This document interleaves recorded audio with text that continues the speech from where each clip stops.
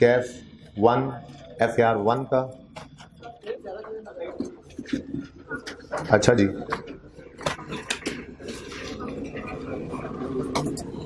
कल वाला लेक्चर कैसा रहा? मेरा तो बहुत अच्छा रहा लेक्चर, आपसे पूछ रहा हूँ।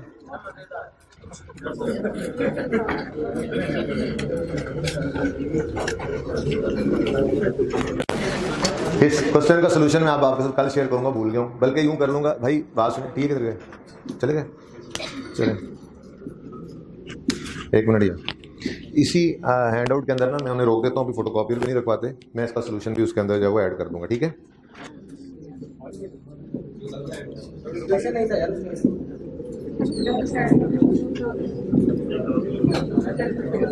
ओके,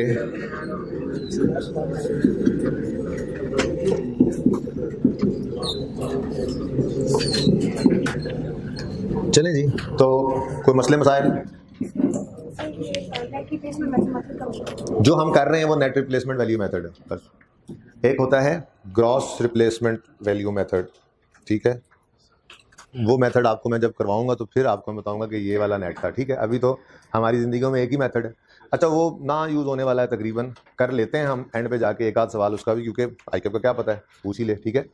लेकिन वो एंड पे जाके करेंगे, ठीक है? अभी फ़िलहाल जो मेथड हम कर रहे हैं वो नेट रिप्लेसमेंट वैल्यू मेथड ही है, जिसके अंदर हम क्या करते हैं, जितनी डेप्रिसिएशन स्टैंडर्ड जो अल्फाज लिखता है ना, वो इस तरह के लिखता है कि eliminate accumulated depreciation against asset, ठीक है ना? कुछ इस तरह की बात लिखता है, यानी कि हम एक्यूमुलेटेड अकाउंट को क्या कर लेते हैं, एलिमिनेट कर देते हैं, नील कर देते हैं। यही देखा था ना हमने, जीरो हो जाता है हर रिवैल्यूएशन पे, एक्यूमुलेटेड का अकाउंट क्या हो जाता है, बस वो नेट रिप्लेसमेंट वैल्यू मेथड ही है। जो दूसरा मेथड जब वो पढ़ाऊंगा तो फिर ही पता लगेगा ना कि ये मेथड डिफरेंट है, और अभी तो हमारी जिंदगी में एक ही मेथड है, ठीक है?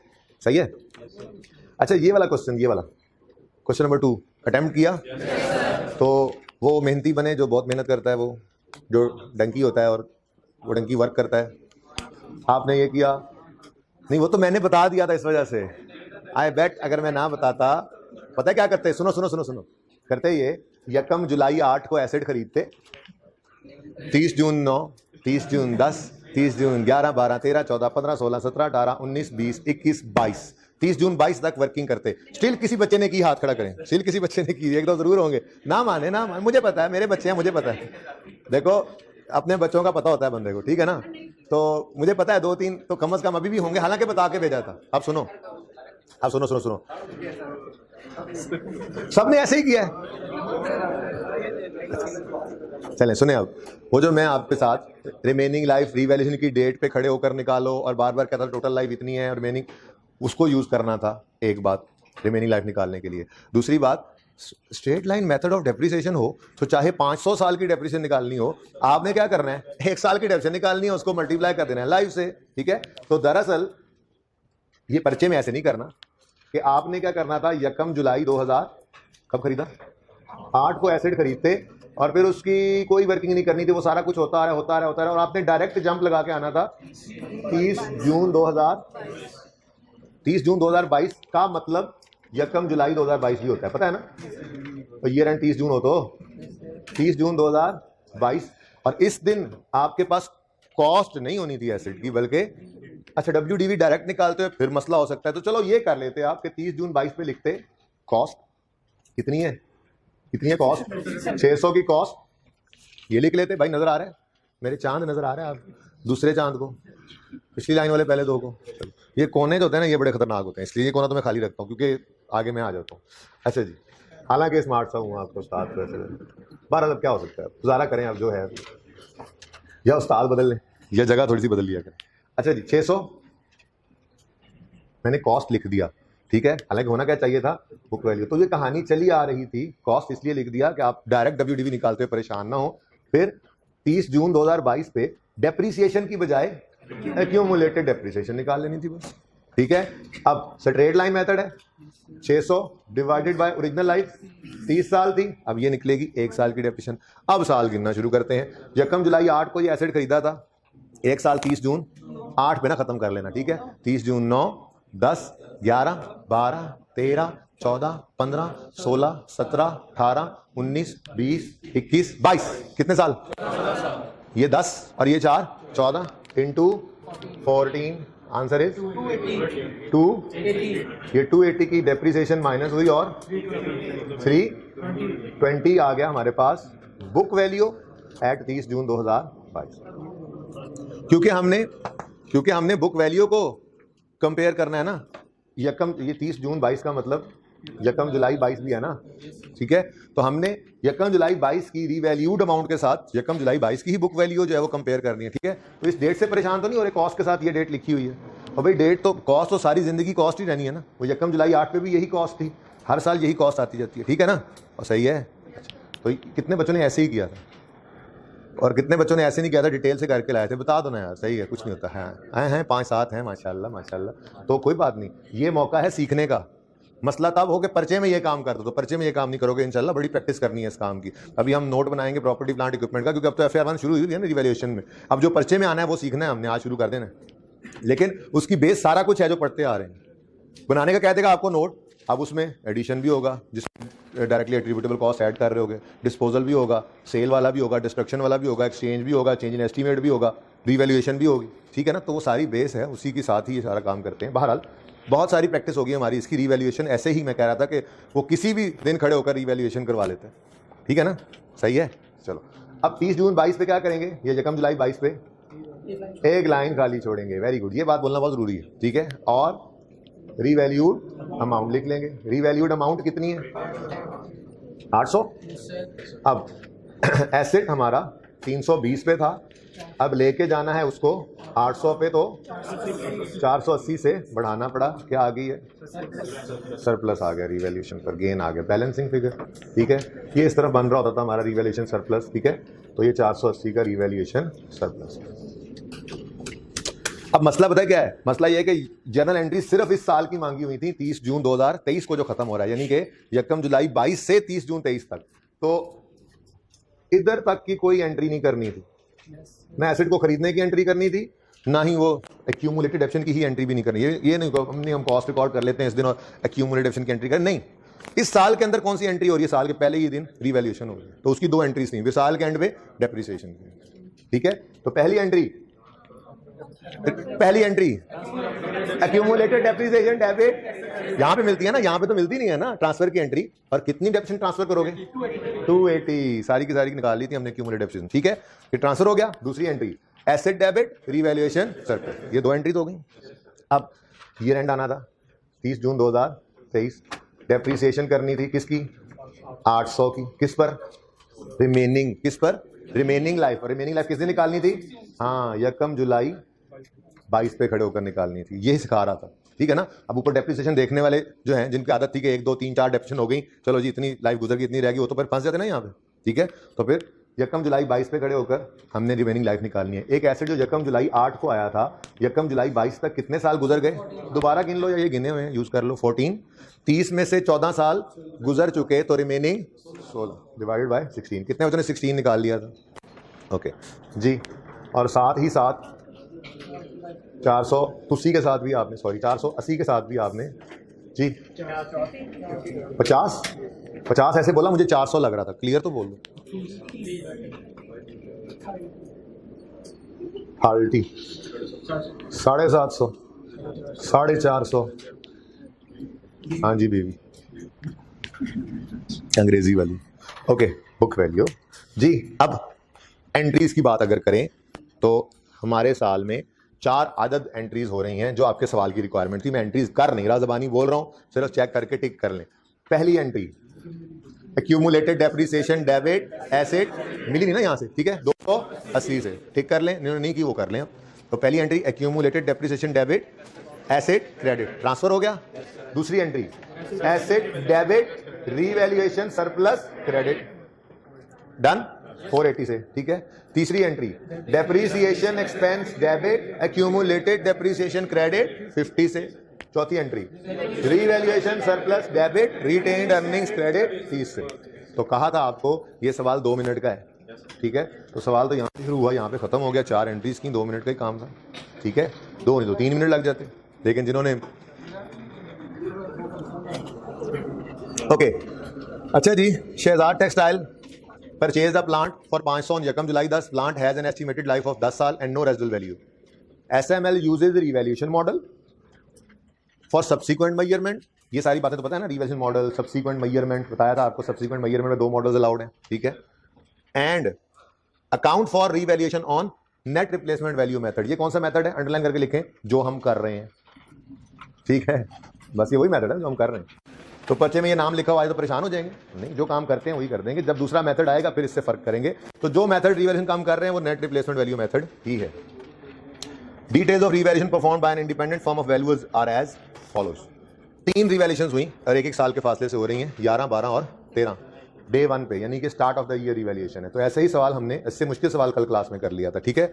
रिक्वायर्ड सिर्फ क्या था, journal entries, ignore tax implication. अभी तो आपको लग रहा है ना ऐसी बात है, ये FAR 2 में जाके पता लगेगा आपको कि जब टैक्स आता है तो फिर क्या होता है। मैंने बताया था आपको, टैक्स आएगा तो ये 3 कॉलम्स है ना, 2 और ऐड हो जाएंगे, ठीक है ना। तो फिलहाल उसको छोड़ दो, तो बात है। टैक्स का लफ्ज लिखा भी हो तो FAR 1 में आपने इग्नोर करना है उसको, ठीक है। हम पे वो अप्लाई नहीं होता। तो ये सिर्फ जर्नल एंट्रीज करनी थी, पर जर्नल एंट्रीज करने के लिए वर्किंग जरूरी होती है। तो वर्किंग तो लाजमी है, वर्किंग फटाफट कर लेंगे, आगे जो रिक्वायरमेंट हुआ करेगी वो रिक्वायरमेंट पूरी कर लेंगे, ठीक है। तो इसका सोल्यूशन मैं आपको आज के हैंडआउट के अंदर शेयर कर दूंगा, ठीक है। तो आप वहां से चेक कर लीजिएगा और होपफुली बिल्कुल सही होगा आपका वो सोल्यूशन। ढूंढना पड़ेगा। अच्छा भला ऑनलाइन वालों के सामने ये पर्दा रह रहा था कि मैं हैंडआउट के अंदर मैंने ये सोल्यूशन लगाया हुआ है, लगाना है अभी जी, भी क्लास खत्म होती है तो सोल्यूशन इस हैंडआउट में, लेक्चर 10 के हैंडआउट में अटैच कर दूंगा और अटैच करने के बाद आप लोगों के साथ ये वाला हैंडआउट फिर शेयर किया जाएगा, ठीक है। यहाँ तक कोई मसला तो नहीं है। अच्छा चलें जी, आज हम नोट बनाना सीखेंगे। क्या करेंगे जी, नोट बनाना सीखेंगे, ठीक है। नोट बनाना कोई मुश्किल चीज नहीं है।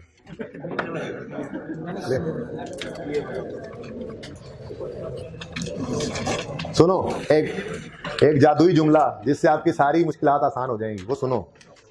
नोट तो कुछ भी नहीं है, नोट तो ये लेजर को स्टेटमेंट फॉर्म में लिखने का नाम है। और लेजर को स्टेटमेंट फॉर्म में लिखना कोई मुश्किल है? मैंने जिस दिन रिवैल्यूएशन सिखाई थी, मैंने इंट्रो की रिवीजन कराई थी, ठीक है ना। उसमें मैंने क्या कहा था, यार लेजर को स्टेटमेंट फॉर्म में, हमने तो उल्टा स्टेटमेंट से लेजर में जाके देखा था। मिसाल के तौर पे फिर कर लेते हैं। डेटर, डेबिटर जिसे आप कहते हैं, ओपनिंग 10 रुपये था मिसाल के तौर पे, सेल 150 हुई, कैश 90, क्लोजिंग कितना आ गया, 70 आता है, ठीक है, सही है। अब मैं आपको कहता हूं कि जी ये डेटर का लेजर है, इसको स्टेटमेंट फॉर्म में कन्वर्ट कर दो, ठीक है। तो क्या करना है भाई, स्टेटमेंट से लेजर बनाते हुए फिर सोचना पड़ता है ये क्या बला है, एसेट है, लायबिलिटी है, इनकम है, कैपिटल है, ताकि डेबिट क्रेडिट का पता लगे और ओपनिंग उधर लिख सके। अभी लेजर से स्टेटमेंट फॉर्म में जाना तो बिल्कुल आंखें बंद करके भी आप ऐसे करके भी कर सकते हैं। क्या मतलब, ब्रॉट डाउन, यहाँ पे आप लिख दोगे डेटर, क्या लिखोगे, डेटर्स, ठीक है। ब्रॉट डाउन मतलब ओपनिंग, ब्रॉट डाउन भी लिख सकते हो। ओपनिंग बैलेंस कितना है, 10। जो इसमें डेबिट साइड पे आ रहे हैं वो प्लस कर देंगे, जो क्रेडिट साइड पे आ रहे हैं वो माइनस, ठीक है। तो प्लस सेल 150 लेस कैश 90, और ये जो आपने कैरी डाउन बैलेंसिंग निकाला है, ये यहाँ पर भी बैलेंसिंग ही निकलेगा। आपने this plus this minus this किया तो 70 क्या आ गया, क्लोज। तो आपने क्या किया, एक लेजर को स्टेटमेंट फॉर्म में कन्वर्ट कर दिया, ठीक है। एक और प्रैक्टिस कर लेते हैं। कैपिटल का लेजर हमने बनाना सीखा था स्टार्ट में, अभी ये जो रिवीजन शुरू की थी। ओपनिंग बैलेंस होता है मिसाल के तौर पे 50 रुपये ओपनिंग था। कैपिटल का बना रहा हूँ जरा, ठीक है ना, शेयर कैपिटल का नहीं, कैपिटल का, बचपन वाला। प्रॉफिट्स इस बिजनेस ने कमाए लेट से 10 रुपये, ठीक है। ड्राइंग्स करके ले गए ओनर साहब 5 रुपये, और क्लोजिंग कितना आ रहा है, 55। अब देखो कुछ सोचने की भी जरूरत नहीं है, स्टेटमेंट से लेजर में आते फिर सोचते ये एसेट है तो इसको ओपनिंग डेबिट पे लिखना है, और ये कैपिटल है इसकी नेचर क्रेडिट है तो ओपनिंग क्रेडिट पे लिखना है। यार लेजर से स्टेटमेंट में जाना तो बस यहाँ पे लिखा कैपिटल, ओपनिंग, डेबिट है या क्रेडिट है नेचर जो मर्जी है, ओपनिंग तो यहाँ ओपनिंग ही लिखना है ना, ठीक है जी। 50 फिर प्लस प्रॉफिट 10 लेस तस्वीरें 5 इक्वल टू क्लोजिंग। तो लेजर को किसमें कन्वर्ट कर लिया। तो ये जो नोट है ना, नोट प्रॉपर्टी प्लांट इक्विपमेंट का, ये कुछ भी नहीं है, ये कुछ भी नहीं है। आप रहने दो, क्लास दरवाजा वो खुला है, जाओ। ये कुछ भी नहीं है, ये तो बस लेजर्स को स्टेटमेंट फॉर्म में कन्वर्ट करने का नाम है, ठीक है। अच्छा वो कल वाले क्वेश्चन के लेजर्स बना के आए, क्वेश्चन 1 के कितने बच्चों ने क्वेश्चन 1 के लेजर्स बनाए, ओके, हाथ नीचे कर लो भाई, तुम्हारा कैमरे के आगे ऐसे हाथ आ गया बच्चा ये क्या, ठीक है। तो अच्छा है, लेजर बना लिया आपने। आज इस सवाल का कोशिश करूंगा मैं, नोट भी इसी सवाल का बनाए, तो लेजर से आप उसको फिर बेशक मैच कर लेना, ठीक है। अच्छा, अब इस नोट के अंदर कौन कौन से लेजर्स को स्टेटमेंट फॉर्म में कन्वर्ट करना है, तो भाई फिलहाल चूंकि हमने अभी इंपेयरमेंट नहीं ना पढ़ी हुई, इसलिए इसको साइड पे रख दिया, ठीक है। I36 होपफुली इसके बाद I16 जब खत्म हो गया अल्लाह करके, तो फिर वो शायद पढ़ें, ठीक है। बहरहाल तब की तब देखेंगे। फिलहाल के लिए आपने अगर प्रॉपर्टी प्लांट इक्विपमेंट का नोट बनाना है, तो आप एसेट और accumulated depreciation account, asset account और एक्यूमुलेटेड डेप्रिसिएशन अकाउंट को स्टेटमेंट फॉर्म में कन्वर्ट करोगे बस, ठीक है। उसके अलावा कोई तीसरा अकाउंट आपने इस नोट में नहीं लाना, जबकि हमने 3 अकाउंट्स बनाए थे ना, asset account, accumulated depreciation account, revaluation. लेकिन इस नोट के अंदर आपने सिर्फ एसेट अकाउंट और एक्यूमुलेटेड डेप्रिसिएशन अकाउंट को कन्वर्ट करना है स्टेटमेंट फॉर्म में, ठीक है। अच्छा, तो इसका नाम क्या हुआ करेगा पर्चे में? वो आपसे कह सकता है प्रिपेयर नोट ऑफ पीपीई, कोई आपको कह सकता है प्रिपेयर डिस्क्लोजर ऑफ पीपीई, या वो इस नाम से भी कह सकता है प्रिपेयर फिक्स एसेट स्केड्यूल। तो ये तीनों ही एक ही चीज़ के नाम है, ठीक है। मैंने ये हैंडआउट में लिख दिया। हमने प्रिपेयर अब करना है जी note of PPE using ledgers in the following example, ठीक है जी। तो 1 मिनट के लिए रुक जाएं और रुक कर देख लें, ठीक है। फॉर्मेट ज़रा ध्यान से देख लें, ठीक है। हम सबसे पहले तो बिजनेस का नाम लिखा करेंगे, तो याद है income statement balance sheet, income statement में हम लिखते थे बिजनेस का नाम, फिर रिपोर्ट का नाम यानी इनकम स्टेटमेंट, फिर reporting period for the year ended, ठीक है, यही कहते थे ना, और फिर करेंसी लिखते थे रुपीज़। तो यही सारी बातें हैं। बचपन में आपको पढ़ाया जाता है इंट्रो में कि एक फाइनेंशियल स्टेटमेंट ये एक सेट होता है जिसके 5 कंपोनेंट्स होते हैं, income statement, balance sheet statement of comprehensive income, income statement, statement of financial position यानी बैलेंस शीट, रुक जाओ, ये आपने इंट्रो में पढ़ लिया, ठीक है। फिर स्टेटमेंट ऑफ कैश फ्लोज और statement of changes in equity, ये आप इंशाल्लाह FR 1 में पढ़ेंगे। हमने कैश फ्लो भी बनाना सीखनी है यहाँ पे, और हमने स्टेटमेंट चेंजेस इन इक्विटी भी बनाना सीखनी है। 4 हो गए, और 5वां कंपोनेंट होता है notes to the financial statement. इसके अंदर सारे नोट्स नहीं है आपके पास, फुल फ्लेज नोट्स तो आप बनाएंगे जाकर फाइनेंशियल स्टेटमेंट्स के FR 2 में, लेकिन कुछ टॉपिक्स के नोट्स हम यहीं पे बनाना सीख लेते हैं, जिनके अंदर एक प्रॉपर्टी प्लांट एंड इक्विपमेंट का टॉपिक है। इसके नोट्स हम जो नोट है, नोट्स के अंदर कैसे प्रेजेंट करना है यहाँ बनाना सीखेंगे।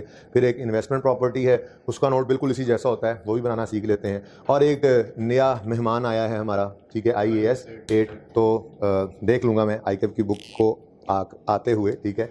अगर तो उन्होंने सिर्फ IAS 8 की बात की हुई तो IAS 8 पढ़ लेंगे, और अगर उन्होंने इसको नोट की हद तक भी बात की हुई तो उसका नोट बनाना भी हम सीख लेंगे, ठीक है ना। तो कुछ टॉपिक्स के हम नोट्स यहाँ पे बनाते हैं, ठीक है। और बाकी नोट्स क्या हैं, फाइनेंशियल स्टेटमेंट्स इंशाल्लाह दिखाऊंगा आपको, ठीक है। इनकम स्टेटमेंट होती है, बैलेंस शीट होती है। अब उसके अंदर इनकम स्टेटमेंट, बैलेंस शीट के अंदर आपके फिक्स एसेट जो होते हैं, ये प्रॉपर्टी प्लांट इक्विपमेंट, ये इस तरह नहीं होता कि इंट्रो की तरह से आपकी बैलेंस शीट के अंदर land, building, plant machinery, equipment, furniture, computer, ऐसे लंबी लाइन नीचे लेस एक्यूमुलेशन भी आप कर रहे हैं, तो एक सफ़े के ऊपर तो यही आ जाएंगे, ठीक है। तो बैलेंस शीट के फेस पे मैं आपको दिखाऊंगा, आज जरा शुरू तो कर लें, ठीक है। फेस के ऊपर सिर्फ एक फिगर आ रही होगी, कितने आपके पास प्रॉपर्टी प्लांट इक्विपमेंट में एसेट्स पड़े हैं, ठीक है। अब उसकी डिटेल नोट में होगी, वो नोट कौन सा है जो अब हम बनाने लगे, ठीक है। इसके अंदर सारी डिटेल होगी, वो किस तरह से होगी, अब सबकी तवज्जो चाहिए जरा।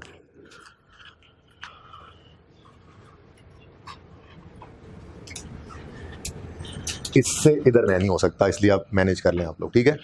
पहले आप ना तीसरी, चौथी, 5वीं रो को भरा करें, पहली, दूसरी एंड पे भरा करें, ओके। अच्छा जी, बिजनेस का नाम तो सवाल फिलहाल है कोई नहीं, मैं लिख देता हूँ यहाँ पे कंपनी नेम या business name, business name, business का नाम यानी रिपोर्टिंग एंटिटी का नाम, ठीक है, बिजनेस नेम। यार ये क्या है यार, ये वैसे ना, अच्छा उसके बाद हम यहाँ पे इसके बाद लिखा करते थे इनकम स्टेटमेंट या स्टेटमेंट ऑफ कॉम्प्रिहेंसिव इनकम या balance sheet, statement of financial position, जब वो बनाते थे। आज इन दोनों में से कुछ नहीं बना रहे, बल्कि आज क्या बना रहे हैं, नोट बना रहे हैं। और नोट जो है, ये जो नोट होगा, ये notes to the financial statements वाले पोर्शन के अंदर होगा। यहाँ पे हेडिंग आ जाएगी notes to the financial statements, ठीक है जी। ये एंड तक नजर आ रहा है सबको? नहीं नजर आ रहा तो मैंने बोला है, क्या लिखा मैंने, notes to the financial statements. क्या लिखा है मैंने, ये notes to the financial statements. और इसके बाद पीरियड लिखा करेंगे for the year ended 31 December 2009 लग रहा है मेरे सवाल से, ठीक है। भाई ये देखें, ये जो आपके सामने मैंने ये क्वेश्चन नहीं रखा, सोल्यूशन रखा हुआ है, ठीक है। और ये सोल्यूशन इंट्रो की किताब से एक नॉर्मल फिक्स एसिड इंडक्शन वाले सवाल को के सोल्यूशन को उठा के मैंने यहाँ पे रखा हुआ। मकसद कहने का ये है कि मैं जो कह रहा हूँ वो वाकई ऐसे ही है। नोट में कुछ नहीं करना, जिसको लेजर बनाना आता है, जब वो लेजर बना चुका है तो उस लेजर को स्टेटमेंट फॉर्म में कन्वर्ट कर दें तो वो क्या बन जाता है, नोट, ठीक है। हाँ, वो अलग बात है कि स्टार्ट हम ऐसे ही करेंगे, पहले लेजर बना के फिर नोट बनाएंगे, और फिर आहिस्ता आहिस्ता हम ज़रा बड़े होते जाएंगे और हम डायरेक्ट नोट भी बनाया करेंगे, ठीक है ना। क्योंकि पर्चे के अंदर अगर वो 12-13 नंबर का 14 नंबर का सवाल दे देता है, मिसाल का 15 नंबर का सवाल आ गया, नोट बनाओ, ठीक है। अब आप बैठ के पहले आपने सारे लेजर बनाए और फिर उसके बाद उनके बैलेंसेस को, वो जो नज़र आ रहा था लेजर, उसको स्टेटमेंट फॉर्म में कन्वर्ट किया, तो फिर तो आप एक सवाल कर लोगे पर्चे में, ठीक है। तो उस एक की वजह से अगले 2 रह जाएंगे, ठीक है। तो बहरहाल आहिस्ता आहिस्ता सीखते चलेंगे चीज़ें, लेकिन फिलहाल तो आज पहला दिन है, ज़िंदगी में पहली बार नोट बनाने लगे आप, ठीक है। ज़िंदगी में पहली बार नोट बनाने लगे तो अच्छा, अब नोट्स का ना चलें थोड़ी सी बात कर ही लेते हैं। इनकम स्टेटमेंट आपकी बनती है, उसमें सेल्स, एंड वालों को भी नजर आए ना, sales less cost of sales, GP add other income less, चलो जरा बड़े हो गए, अब ऐसे कर लेते हैं, हम नाम लिख लिया करते हैं, ठीक है। एडमिन, सेलिंग, अदर, ठीक है। बस अब थोड़ा सा बड़े हो गए, एडमिन एक्सपेंसेस अलग रखते हैं हम, सेलिंग एक्सपेंसेस। अच्छा सुनो सुनो सुनो, और 2-3 और भी हैं, ठीक है। तो फिर किसी वक्त पूरा फॉर्मेट इसका देख लेंगे, ठीक है। और ये सारी बातें लेस होने के बाद हम पहुंच जाते हैं नेट प्रॉफिट। हाँ, टैक्स अभी फिलहाल आपने नहीं पढ़ा, तो नेट प्रॉफिट आ जाता है, ठीक है। ऐसे ही बनाते थे आप इनकम स्टेटमेंट। उसके बाद आपकी शुरू हो जाती है जी बैलेंस शीट। तो ऐसे आप बैलेंस शीट बनाते थे। बैलेंस शीट के अंदर कैपिटल, अच्छा जी चलें, कैपिटल एंड, चलो ठीक है, मेरा दिल था एसेट्स वाली साइड लिखकर जान छुड़ा लेते, चलो ठीक है, ठीक। कैपिटल एंड लायबिलिटीज़ में आप पहले कैपिटल का पोर्शन लिखते थे, ठीक है जी। उसके बाद लायबिलिटीज़ का पोर्शन लिखते थे, लायबिलिटीज़ में भी कुछ लायबिलिटीज़ आ रही होती थी, ठीक है। फिर स्टार्ट होती थी कहानी एसेट्स की, और एसेट्स में आप नॉन करंट एसेट्स में,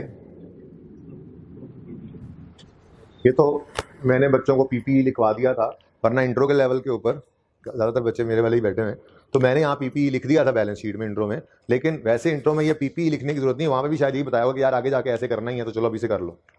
वरना इंट्रो के लेवल पे क्या होता है, नॉन करंट एसेट्स लिखकर यहाँ पे लिखा जाता है land, building, less accumulation, plant machinery, less accumulation, furniture, less accumulation, तो वो सारी लिस्ट यहाँ बन जाती है, ठीक है।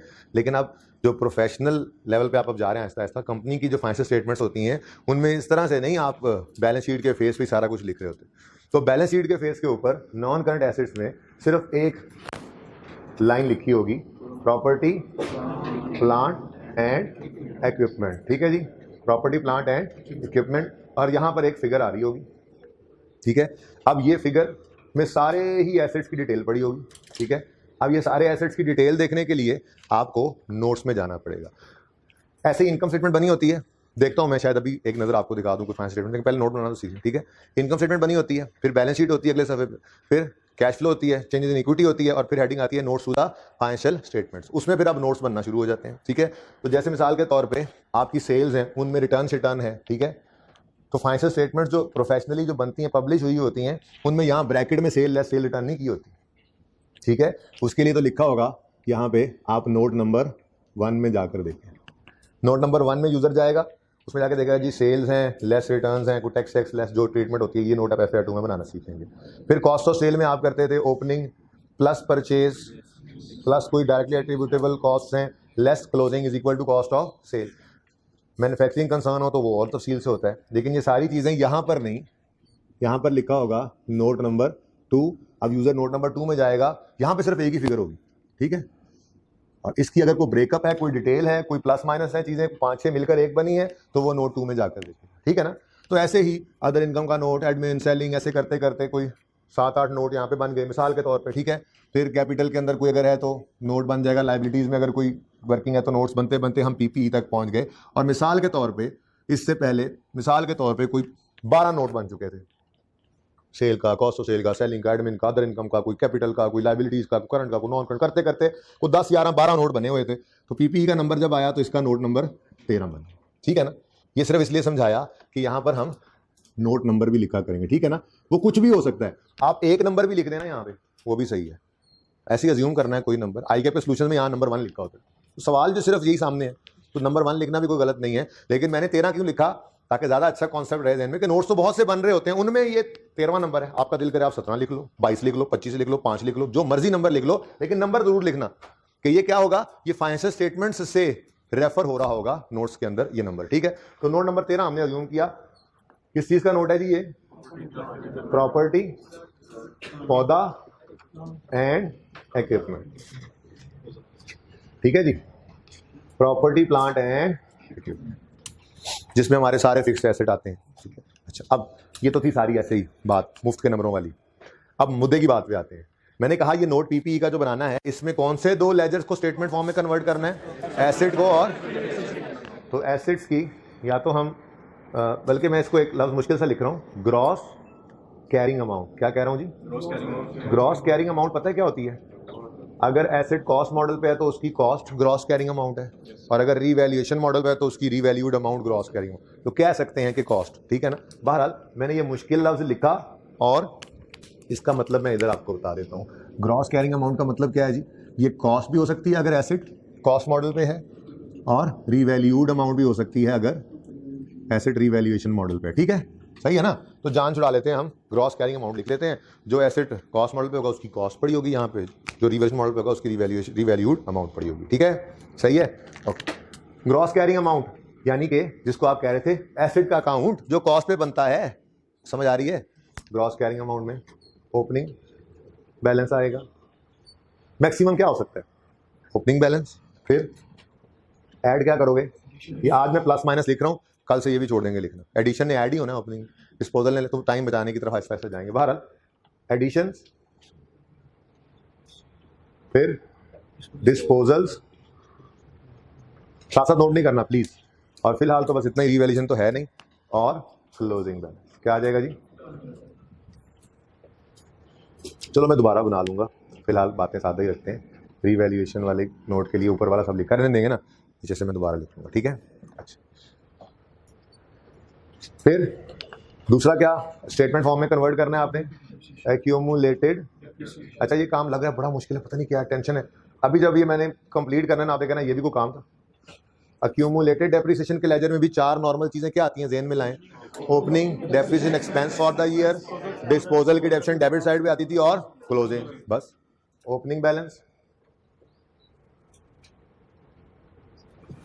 फिर ऐड करते थे हम डेप्रिसिएशन एक्सपेंस को, डेप्रिसिएशन लेस डिस्पोजल की एक्यूमुलेटेड डेप्रिसिएशन को तो माइनस डिस्पोजल लिख दो, और फिर क्लोजिंग बैलेंस आ जाता है। ठीक है जी, तो ये हमारा नोट बन गया। अब करना क्या है, जितने नंबर ऑफ एसेट्स हैं यानी क्लास ऑफ एसेट, यानी व्हीकल्स हैं, कंप्यूटर है, लैंड है, बिल्डिंग है, उन सब के अलग अलग कॉलम बनाते चले जाओ। ठीक है, जैसे कि हमारी एग्जाम्पल में हमारे पास इस सवाल में कौन सा अकाउंट है? Plant and machinery. ठीक है, प्लांट एंड मशीनरी का नोट बनाना है। अब देखो यहाँ मैंने लिखा प्लांट एंड मशीनरी। ठीक है, प्लांट एंड मशीनरी, सबकी तवज्जो इधर इधर देखें, आ जाए इधर। सबसे पहले क्या आ रहा है जी? यकम जनवरी 9 पे ओपनिंग बैलेंस कितना? 5 लाख। तो ओपनिंग बैलेंस कितना लिखोगे? 5 लाख। अच्छा थाउजेंड्स में करना भी सीखते हैं, रुपीज इन थाउजेंड्स। क्या करोगे? यहाँ ऊपर एक दफा लिख लेंगे रुपीज इन थाउजेंड्स, अभी याद कराना लिखते हैं। ठीक है, तो मैं थाउजेंड में क्वेश्चन कर रहा हूँ जी। Opening balance 500। ठीक है, रुक जाओ अभी आप खुद ही करोगे ये सारा काम। Okay, next addition. एडिशन दोनों एडिशन हैं तो इकट्ठा करके लिख देते हैं। ठीक है, तो एडिशन 210। अच्छा ये बताना है कि कैसे बने, तो इसके साथ ना एक छोटा सा ऐसे ए लिख लो। ठीक है, और नोट से अलग थलग कहीं पे एक वर्किंग्स बना लेते हैं, वर्किंग्स लिख लेते हैं। ठीक है, उसमें वर्किंग 1 क्या की हमने, हालांकि ये जरूरत भी नहीं थी करने की, लेकिन आपको सिखा रहा हूँ, मुश्किल काम जब आएंगे तो क्या करेंगे, वर्किंग अलग कर लिया करेंगे और फिगर उठा के ले आएंगे। ठीक है, जैसे यहाँ पे 2 एडिशंस मिला के हमने एक लिखा ना, 2 एडिशन कौन कौन से थे जी? 90 और 120। यहाँ पे हमने यूँ लिखा 90 + 120 इज इक्वल टू, तो हमने कहा ये 210 ऐसे बना है, एग्जामिनर को बता दिया। ठीक हो गया, सही है, आगे आओ जी। ओपनिंग और एडिशंस हो गए, debit side over credit side. Disposal कितना है? ये एसेट एक्यूमुलेशन अकाउंट अगर अलग पड़ा है तो मतलब एसेट अकाउंट एट कॉस्ट बन रहा है ना, तो ये कॉस्ट डिस्पोजल की निकल गई। ठीक है, कितनी कॉस्ट, ये देखो 190, इसकी तो वर्किंग की कुछ जरूरत नहीं पड़ी। ठीक है, तो ये हमारे पास क्लोजिंग बैलेंस आ गया कितना जी। मुश्किल लगा नोट, पीपी का नोट बनाना मुश्किल काम है, बस लाइनें लगाना मुझे मुश्किल लगता है, बाकी तो कुछ भी मुश्किल नहीं। ठीक है, नेक्स्ट अगला कौन सा अकाउंट स्टेटमेंट फॉर्म में कन्वर्ट करना है, एक्यूमुलेटेड डेप्रिसिएशन का। अच्छा, प्लांट मशीन लिखने की जरूरत ही नहीं है। इधर देखो हमारे ऊपर हेडिंग लगी हुई है प्लांट मशीनरी, तो इसी की ये कॉस्ट थी जिसको मैंने ग्रॉस कैरिंग अमाउंट लिख के जान ही छुड़ा ली, पहले दिन ही पक्का कर लिया ना काम। वैसे यहाँ पे असूली तौर पर पहले दिन लिखना चाहिए था कॉस्ट, जब रीवैल्यूएशन आती तो मैं यूँ लिखता कॉस्ट स्लैश रीवैल्यूड अमाउंट, फिर तीसरे दिन जाके लिखता है इसको यूँ लिख लो या यूँ लिख लो, तो पहले ही दिन लिख लो ना ग्रॉस कैरिंग अमाउंट, उसके साथ लिख दिया इसका मतलब क्या है कॉस्ट या रीवैल्यूड अमाउंट। ठीक है ना। अच्छा चले वापस आए, एक्यूमुलेटेड डेप्रिसिएशन अकाउंट का ओपनिंग बैलेंस कितना है 170, यहाँ पे आए 170, ये सीधा जा रहे हैं। Depreciation expense for the year इधर आता था 44.167, ओहो ये तो पता ही नहीं था, 44.167 में कर रहा था। ओके नेक्स्ट, डिस्पोजल की डेप्रिसिएशन क्या हो रही है, क्या हो रही है डेबिट, डेबिट, लेकिन स्टेटमेंट फॉर्म में इसको क्या कहेंगे, क्रेडिट नेचर का अकाउंट है ना, तो इसका डेबिट होना मतलब इसकी कमी है माइनस, तो कितना 30.08 जी, 30.083 मैंने लिख दिया। नेक्स्ट बस क्लोजिंग निकालना है, क्लोजिंग निकालें जी 184.04 ठीक है जी, डन। अब ये क्या है जी, ये क्या है कॉस्ट, लाइन कैसी होगी 184.0, अच्छा ये क्या है जी, ऊपर क्या है जी कॉस्ट, ये क्या है इसकी एक्यूमुलेटेड, इन दोनों को नेट करें तो क्या बनता है WDV बुक वैल्यू। ठीक है, तो कॉस्ट ये पहले निकाल लेंगे, ये पहले फिगर निकाल ली।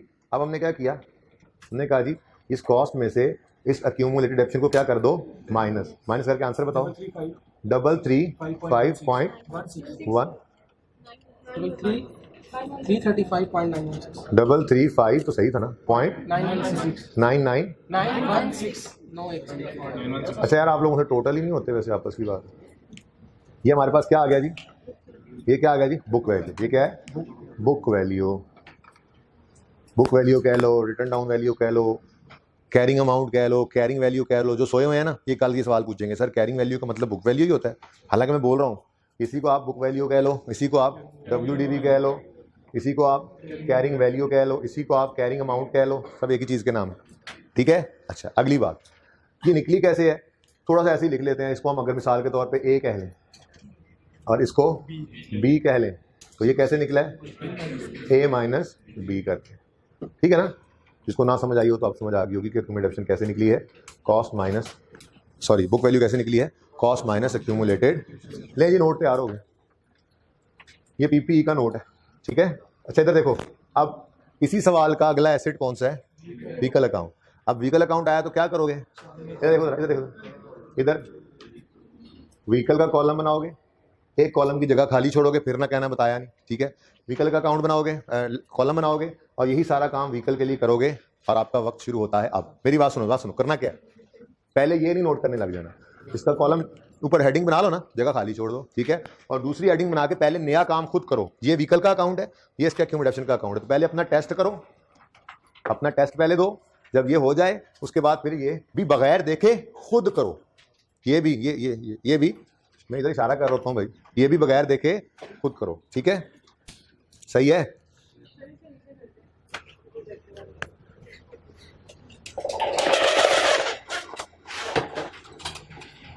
ये व्हीकल और एक्यूमुलेटेड डेप्रिसिएशन। ठीक है जी, इसका नोट बनाना है आप लोगों ने, शुरू हो जाए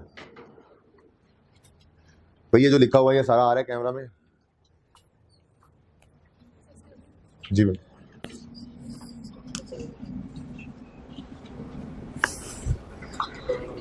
अब वो पिछली सीट भी खाली थी तो मैं बच्चों से कहता वो कर दें ऊपर, ये बंद हो सकता है कहीं से हैं, बटन बंद कर दो पीछे को पड़े नहीं है। अच्छा किसी को यार मैसेज कर दें एडमिन वाले। अच्छा आप बैठे, हो गया बंद, हो गया बंद। चंदा हो गया बंद, जल्दी करें।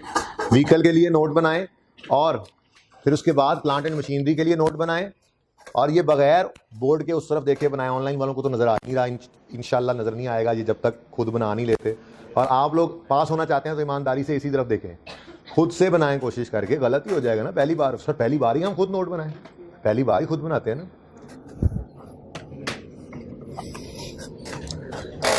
तब तक मैं पानी नोश फरमा लूं।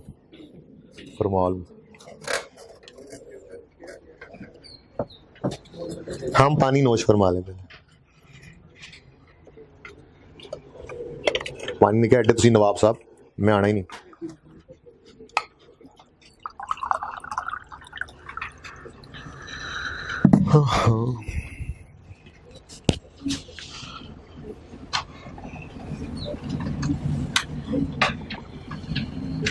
क्वेश्चन है,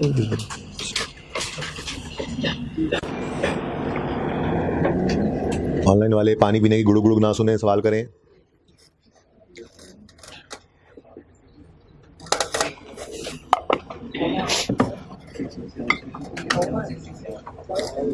अच्छा जी, ये कोई भी पॉइंट नहीं है इसमें, ये होल फिगर्स हैं। अगर कोई आपको पॉइंट लग रहा है तो वो कॉमा ही होगा। मुझे आवाज़ आई कुछ इस तरह की, कहीं लग रहा है? हाँ, वो कॉमन सेंस भी कोई चीज़ होती है। टोटली देख लेते हैं। 87 डेप्शन एक्सपेंस 87,667 है। हाँ, आप 1000 में कर रहे हैं तो आप पॉइंट लगा के उसको वहाँ पे लिख लीजिएगा।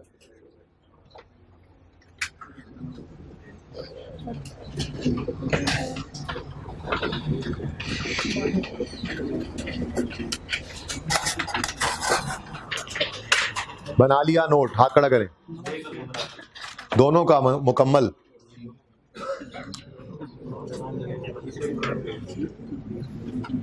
कोई जल्दी नहीं, आराम से करें। टेक लगा के ना बैठ जाए, मतलब काम तो करते रहें। कोई जल्दी नहीं, सर ने कह दिया स्कूल से, ऐसे साइड पे रख दिया बॉल पॉइंट। एक तो मैसेज ही पढ़ लेता हूँ जरा, चलो।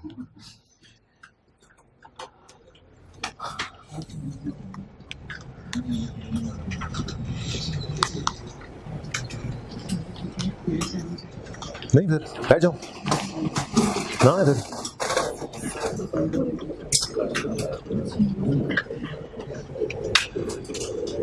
मुकम्मल दोनों एसेट्स के नोट बन गए, मतलब दोनों कॉलम्स बन गए। 4-5 हैं, जल्दी करें बाकी।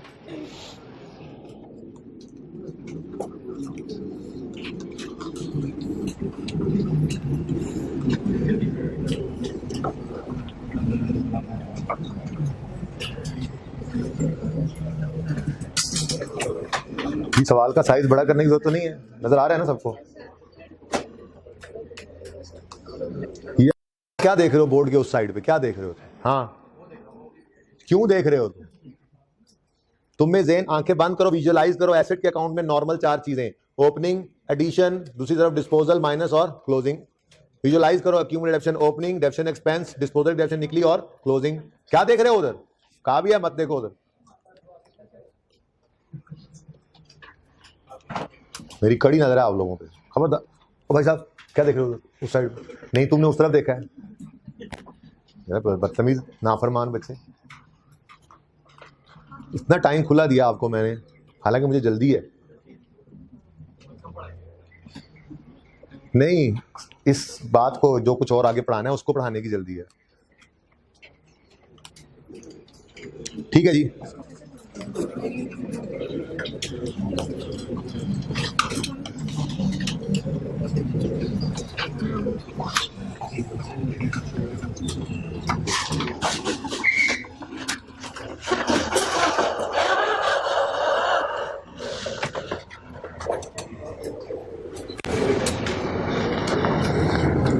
व्हीकल ओपनिंग बैलेंस 900 है। कोई एडिशन हो? एडिशन नहीं है, नोट ही नहीं बन सकता। ऐसा कुछ नहीं है, नहीं भी होता किसी एसेट में एडिशन। तो एक लिस्ट बनी होती है, तो एडिशन का कॉल की रो तो रखनी है ना। जिसका एडिशन होगा वो एडिशन आ जाएगा, जिसका नहीं होगा वो 0। ठीक है, और सही है ना? Okay, next. डिस्पोजल कोई है? यस 40 कॉस्ट आ रही है डिस्पोजल की, तो 40 माइनस कर दिया आपने, कितना आ गया 860। देख लो लेजर का क्लोजिंग भी 860 ही होगा, ठीक है। फिर एक्यूमुलेटेड डेप्रिसिएशन में ओपनिंग बैलेंस क्या आ रहा है 300, depreciation expense for the year 87.667, disposal की डेप्शन निकली कितनी 11 माइनस, और क्लोजिंग बैलेंस 367 36, अच्छा सही है ना 376 37.667। अब ये एक्यूमुलेटेड डेप्रिसिएशन आ गई, कॉस्ट में से इसको किया माइनस, तो आंसर 483.333 ये हमारे पास आ गई बुक वैल्यू, ठीक है। अब ये हमारे बिजनेस में अज्यूम करो ये दो ही एसेट्स थे बस, कोई तीसरा नहीं था, तो अब एक कॉलम हम इंसर्ट करेंगे टोटल का, कितना आ गया टोटल 1400, 210, 230 माइनस हुआ, क्लोजिंग 1380, नेक्स्ट 470, ये मुश्किल वाला मैंने कर दिया 1834 और 083 माइनस हुआ और 560.751। अब ये टोटल सारे एसेट्स की कॉस्ट में से टोटल सारे एसेट्स की एक्यूमुलेटेड डेप्शन माइनस करो, तो 819.249। अब देखना जरा सबकी तवज्जो प्लीज, ये 819.249 ये वो बुक वैल्यू है जो सारे एसेट्स की हमारे बिजनेस की है, ठीक है। ये फिगर उठकर यहाँ पे बैलेंस शीट में आया करेगी 819.249, बात समझे हो। तो बैलेंस शीट के फेस पे सिर्फ एक फिगर नजर आया करेगी पीपीई की, वो बुक वैल्यू होगी। ये बुक वैल्यू की डिटेल क्या है, हम यूजर कहेंगे नोट नंबर फलां में जाके देखो, वो कोई सा भी नंबर हो सकता है, वो जो नोट नंबर यहाँ पे होगा यूजर नोट्स में जाकर फाइनेंशियल स्टेटमेंट में नोट्स में जाकर उस नोट को ढूंढेगा, वो नोट उसको मिलेगा, उसे पता चलेगा अच्छा इसके अंदर इनके पास प्लांट एंड मशीनरी और व्हीकल नामी एसेट्स हैं। बड़ी तफसील है अब इसके अंदर, साल के शुरू में इतने प्लांट एंड मशीनरी पड़े थे, ये एडिशंस हुए, ये डिस्पोजल हुए, ये क्लोजिंग है, ये डेप्रिसिएशन शुरू में थी, इतनी डेप्शन आई, ये डिस्पोजल डेप्शन निकली और ये बुक वैल्यू है। ऐसे ही व्हीकल एंड सो ऑन, 8 हों 10 हों जितने भी एसेट्स की क्लासेज हैं, ठीक है। ये नहीं कि हर व्हीकल का अलग कॉलम बनाया हो, और हर आप सेम क्लास ऑफ एसेट के लिए एक ही कॉलम बनाओगे, ठीक है ना। तो आपके 8 हैं 10 हैं जितने भी एसेट्स हैं वो कॉलमनर फॉर्म में यहाँ पर डिटेल आएगी उनकी, और उनके जो क्लोजिंग सबकी बुक वैल्यू होगी टोटल वाले कॉलम की, वो एक फिगर उठ के बैलेंस शीट के फेस के ऊपर चली जाया करेगी, ठीक है। तो सारा नक्शा सामने आया, बात समझ आ गई है, चलें ठीक। अच्छा, कुछ मुफ्त के नंबर और भी होते हैं, ठीक है।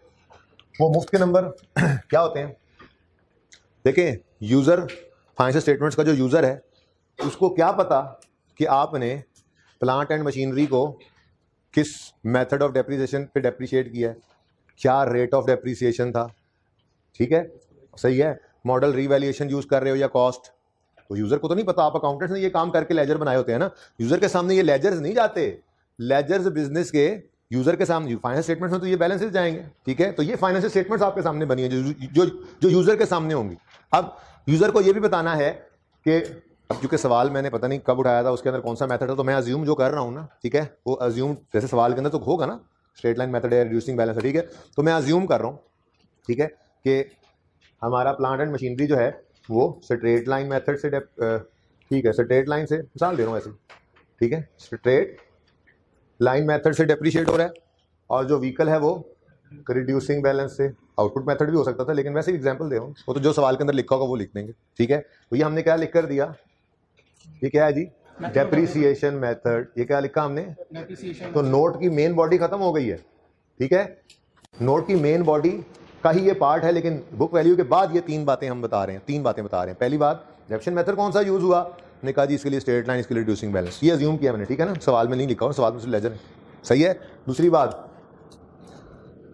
यूजफुल लाइफ या रेट, ये बता दो, रेट ही यूज कर लेते हैं, ठीक है। मिसाल के तौर पे हम कहते हैं जी ये 10% स्ट्रेट लाइन से डेप्रिशिएट हुआ है और ये 15% रिड्यूसिंग बैलेंस से, अब यूजर को देख के पता लग रहा होगा, और ठीक है ना। और तीसरी और आखिरी बात, मेजरमेंट बेसिस, क्या लिखा मैंने, और ये नाम से परेशान ना हो, ये बताना है कि हमने कॉस्ट मॉडल पे रखा है या रिवैल्यूएशन। तो हम फिलहाल तो मैंने रिवैल्यूएशन इसमें डाली नहीं नोट में, तो ये क्या है, कॉस्ट मॉडल, और ये भी, और अगर कोई रिवैल्यूएशन मॉडल पे होगा तो उसके नीचे यहाँ पे क्या लिख देंगे, रिवैल्यूएशन मॉडल। तो ये हमारे नोट की मेन बॉडी पूरी हो गई है।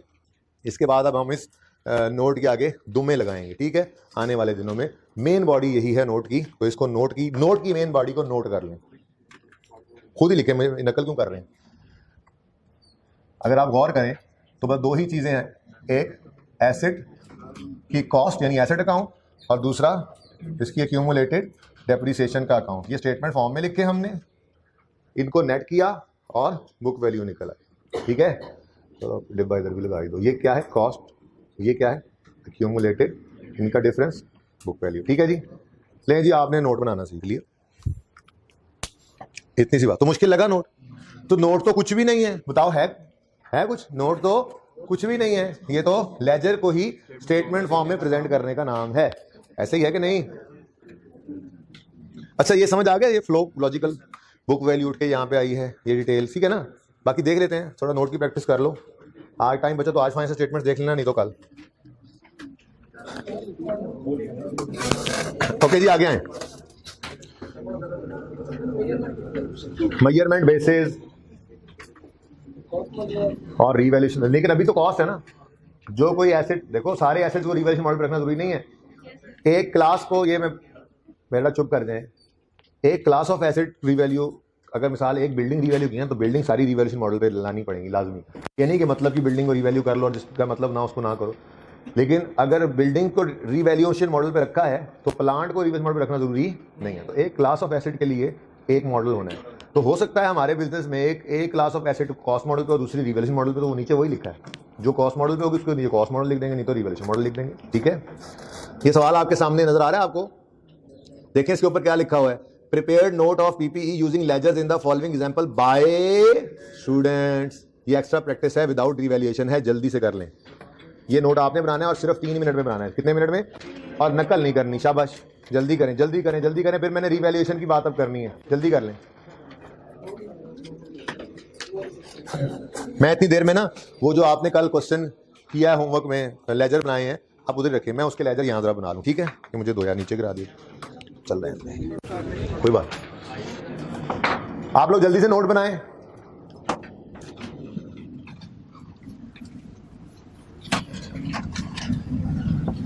मुझे कोई बंदा लेजर तो दिखा दे कल होमवर्क, कोई बात, कोई एक बच्चा, फिर माजरत है, थोड़ा सा वेट कर लो। हाँ बना ले, एक आखिरी सफ़े पे जाके बना लो।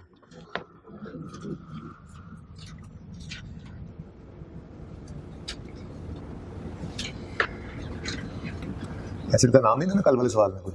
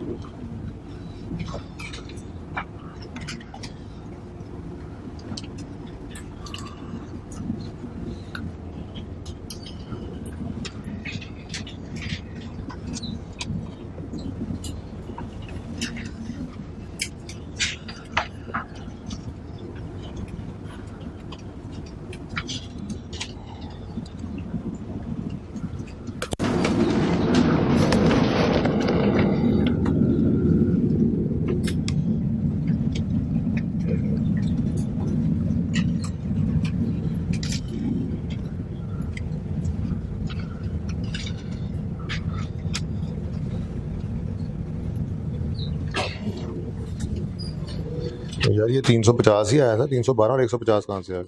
पहले को लॉस पड़ा था इस एसेट का। 312 इसमें से आया, बाकी 50 प्रॉफिट एंड लॉस पहले से। ये दूसरी रिवैल्यूएशन है, पहली है? दूसरी नहीं, ये वाली एंट्री है। ये तो जेकब जनवरी 16 की है ना जी।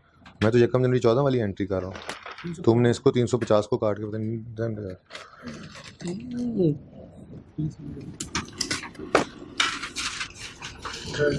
बह जा यार, बह जा। समझ आइए गलती।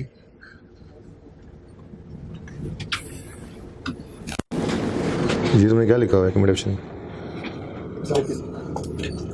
को होर दे यार।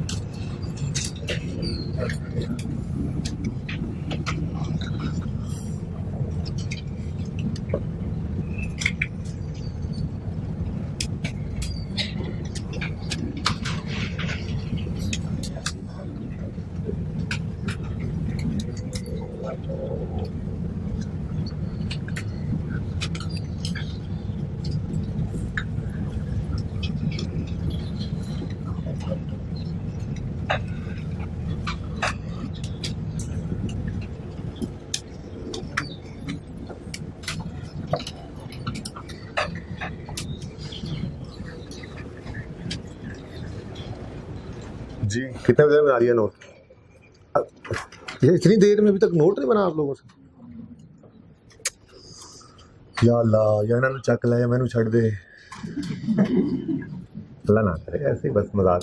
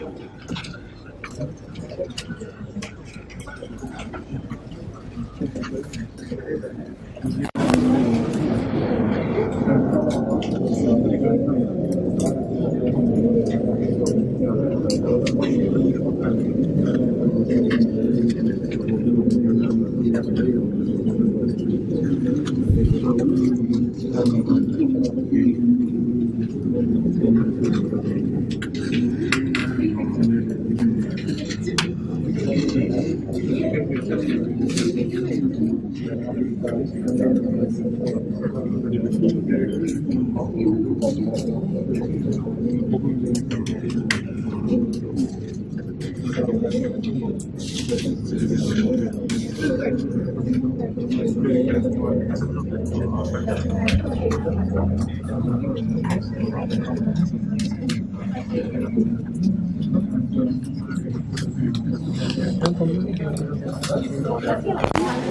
भाई सर आपके पास याद करो। भाई अगर इतना ऐसे हाथ खड़ा करना होता है ना तो फिर कैमरे के आगे ना बैठा करो।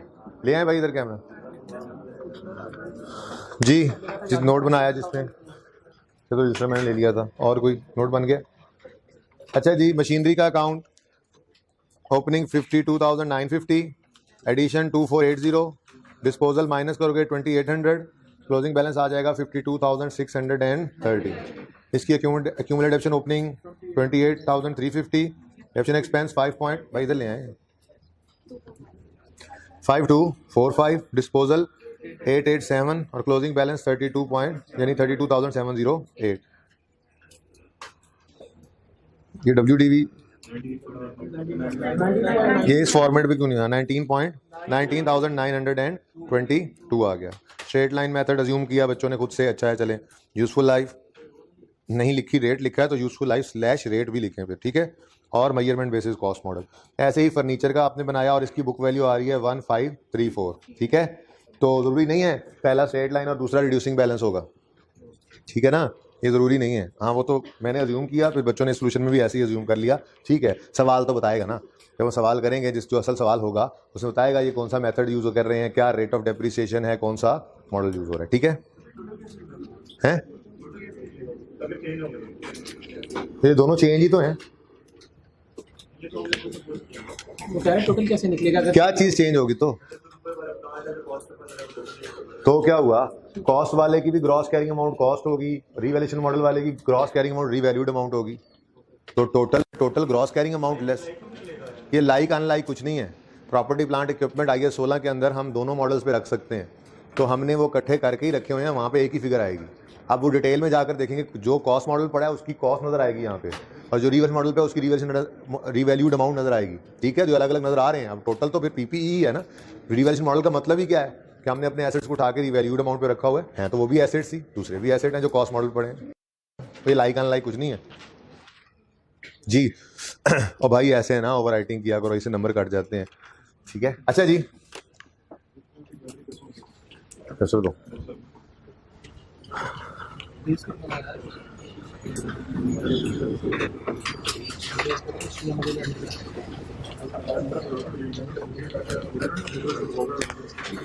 ओके जी।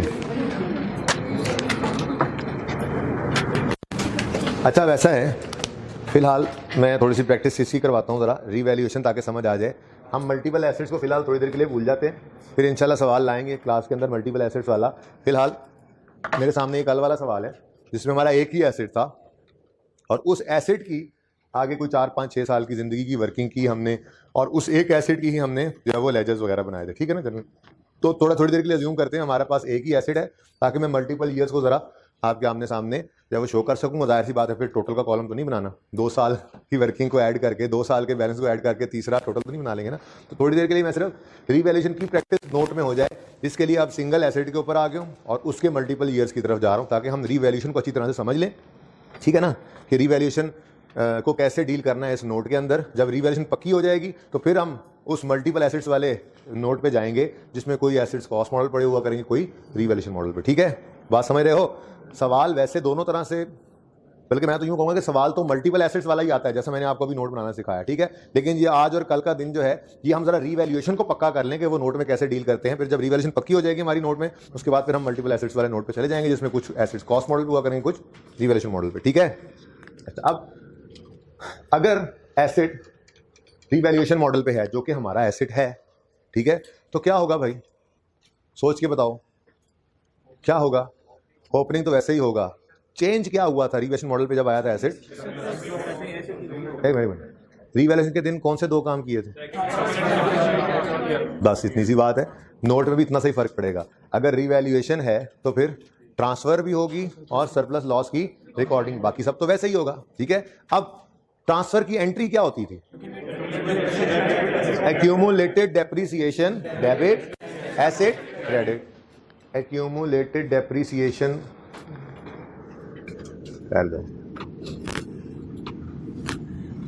और इधर एक्यूमुलेटेड डेप्रिसिएशन बना लेता हूँ मैं, ठीक है जी, और इसका भी ओपनिंग। अच्छा जी, अब मुझे बताएं एक्यूमुलेटेड डेप्रिसिएशन की नेचर क्या है?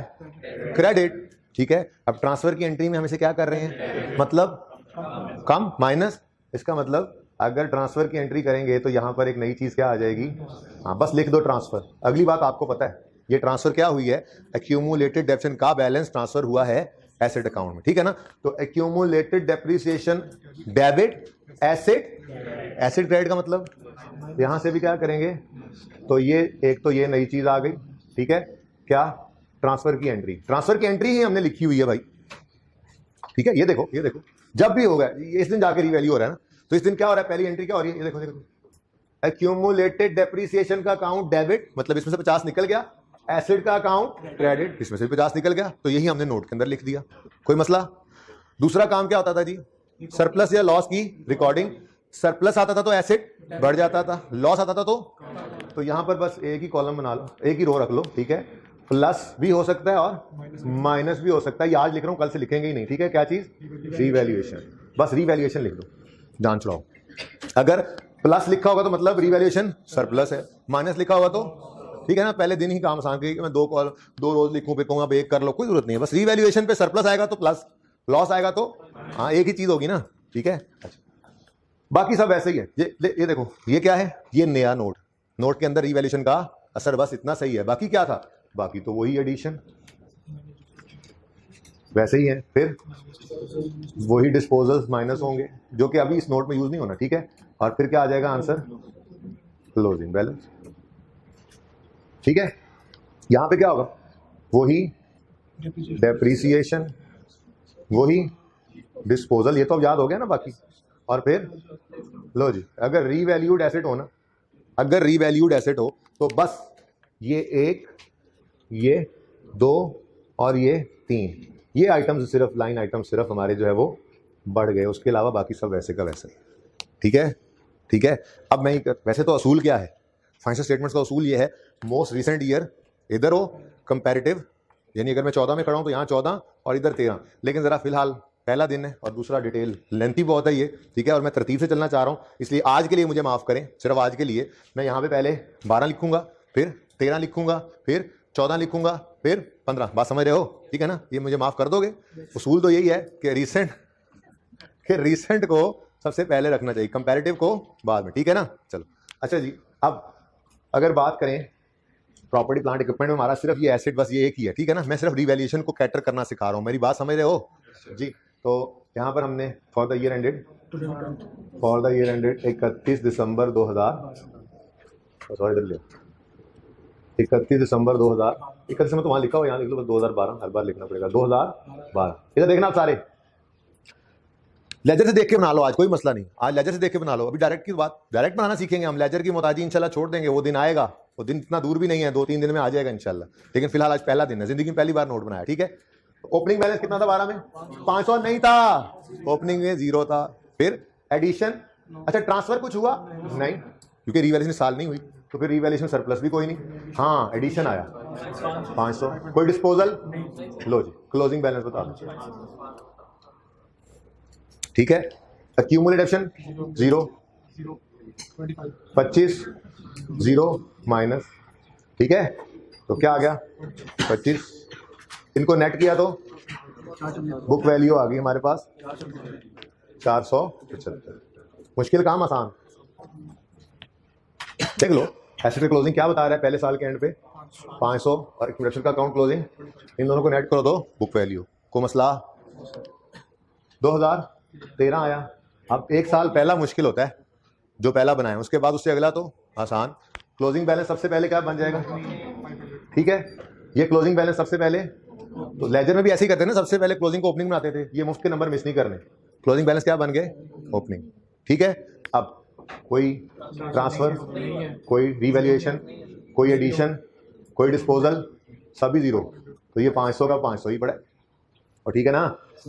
अच्छा अब आए डेप्रिसिएशन की तरफ, ओपनिंग 25, कोई ट्रांसफर की एंट्री सिर्फ तब आएगी जब अगला साल करके छुट्टी देनी है, आपने सारी जिंदगी का इस तरह से नोट बना के लाना है घर से, ठीक है जी। 25 0 50, 500 में से 50 माइनस करो तो 450। ठीक है, अगला साल 2014। सबसे पहले क्या करोगे, क्लोजिंग बैलेंसेस को ओपनिंग बनाओगे। अब रिवैल्यूएशन है इस साल में, तो रिवैल्यूएशन के दिन सबसे पहला काम क्या करते थे, ट्रांसफर के लिए एंट्री, एक्यूमुलेशन, डेबिट।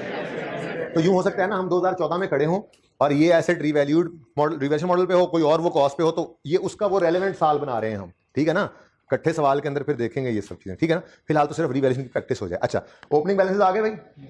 अब रिवैल्यूएशन के दिन क्या एंट्री करनी है, accumulated depreciation, debit, debit asset minus करना था ना, पहले ही लिखा हुआ है। अब कितनी डेप्रिसिएशन एक्यूमुलेट हुई पड़ी है, नोट में तो और आसानी हो गई, एंट्रीज में जाकर ढूंढना भी नहीं पड़ा। ये देखो सामने कितनी डेप्रिसिएशन पड़ी है, ये 1 जनवरी 14 का ओपनिंग बैलेंस है। ठीक है, इसी दिन रिवैल्यूएशन हो रही है, सही है। तो इस दिन ये 50 का 50 यहां से माइनस करके इधर से क्रेडिट कर दो, डेबिट क्रेडिट। समझ आती है बात। दूसरा काम क्या किया था, आप कहते हो जी हम तो लेजर से देखेंगे, लेजर से देख लो। ओपनिंग किधर गया, ये ओपनिंग 500, दूसरा काम -50 हो गया, एसेट का हो गया, फिर 350 रिवैल्यूएशन प्लस हो गया, प्लस कोई एडिशन, कोई डिस्पोजल। ये सिर्फ तैयारी कराइए कि सब कुछ ही हो सकता है। कितने पे आ गया, यही तो रिवैल्यूड अमाउंट थी, ये निशानी रिवैल्यूड अमाउंट, रिवैल्यूड अमाउंट। ठीक है, एक्यूमुलेटेड एक्शन का बैलेंस 0 हो गया। अब इस साल की डेफिनेशन ये देखो, 50 में से 50 निकल गया। अब 44 की डेप्रिसिएशन एक्सपेंस 14 वाले साल में, डिस्पोजल तो कोई है नहीं, यही 40 क्या, ओके जी 750। तो आपकी वर्किंग जो थी ना, वर्किंग उसका बैलेंस और ये बैलेंस आपका बिल्कुल मैच हो रहा होगा, क्योंकि उसमें बुक वैल्यू आ रही होती थी। ठीक है ना, बात समझे हो। अब अगले साल ये 800 ओपनिंग, ये 44 ओपनिंग एंड सो ऑन। ठीक है, तो एक तो आपने इस सारे 18 तक की प्रैक्टिस कर लेनी है। ठीक है ना, हम पर्चे में ऐसा सवाल नहीं करेंगे, पर्चे में सवाल नहीं आता। पर्चे में इस एसेट का कोई एक साल होगा, मिसाल के तौर पर 17 में लाके खड़ा कर देगा, 18 में लाके खड़ा कर देगा। ठीक है, तो हम फिर सिर्फ वो वाला रेलेवेंट ईयर, लेकिन यहाँ पे तैयारी तो फिर इसी तरह से करनी है ना, स्टेप बाय स्टेप। ठीक है, तो एक तो सुन लो, एक तो आपने क्या किया, क्वेश्चन 1 लेक्चर 9 का क्वेश्चन जो 1 था उसका नोट स्टार्ट किया प्रिपेयर करना। मैंने स्टार्ट ही किया, कंप्लीट तो नहीं किया। और होमवर्क में क्या किया आपने, ये क्वेश्चन 1 ऑफ लेक्चर 9 जो भी शुरू किया इसका नोट भी बनाना है। ऐसे ही क्वेश्चन 1 लेक्चर 8 का जो है आपके पास लेजर्स बने हुए हैं, उसका भी नोट बनाना है आपने। क्वेश्चन 1 लेक्चर, ये सारे क्लास वर्क वाले क्वेश्चन हैं जो मैंने आपको करवाए हुए हैं क्लास में, उनके जर्नल एंट्रीज हैं, वर्किंग्स हैं, लेजर बने हुए हैं। जस्ट उनका क्या करके आना है आपने, जितने साल हो उतने साल का नोट बनाना है। लेकिन एक मेहरबानी कर देना, आप लोग रिसेंट, चलो ठीक है ऐसे ही बना के आ जाना। अल्लाह हाफिज, अल्लाह हाफिज।